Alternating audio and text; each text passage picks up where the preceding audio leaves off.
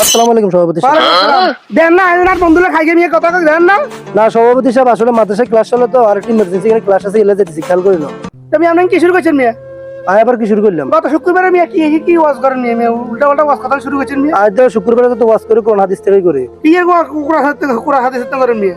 আমি তাই মিয়া মানে আর বিরুদ্ধে আর শুনেন না মিয়া? না না আমরা আপনার গাত নিয়ে নাই যত ওয়াজ করি সব কোন হাদিস থেকে করি। আরে মিয়া যা কমি আর গার্মি কোন না না এত সুদূর ওয়াজ করি এগুলো কোরআন থেকে করি। আমরা সভাপতি আমরা গেলে শত্রুতা মিয়া আছে নাই আর আমরা গেলে চাকরি করি আর যত ওয়াজ করি আমি এত কথা বলতে রাজি নেই।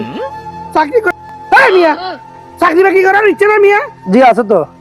থাকলে আগামী শুক্রবার থেকে ভালো করে ওয়াজ করবেন আর নইলে মিয়া চাকরি মিয়া আগামী শুক্রবার পেন জি কোনো সুদ ঘুষের ওয়াজ হতো না।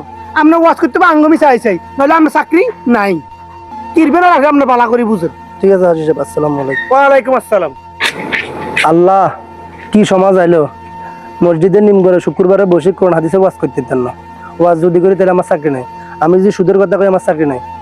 এখন আমার ডাকি সভাপতি যে ঠেট মারছে আমি যে কোন হাদিসের কথা কই তাহলে আমার চাকরি নাই। কি জবান আইলো আল্লাহ সভাপতির উপর আপনি হেদায়েত দান করেন আল্লাহ। আপনি উপর থেকে ফয়সালা করেন কি কোন হাদিসের কথা কইব নাকি সভাপতির কথা মতো চলুন।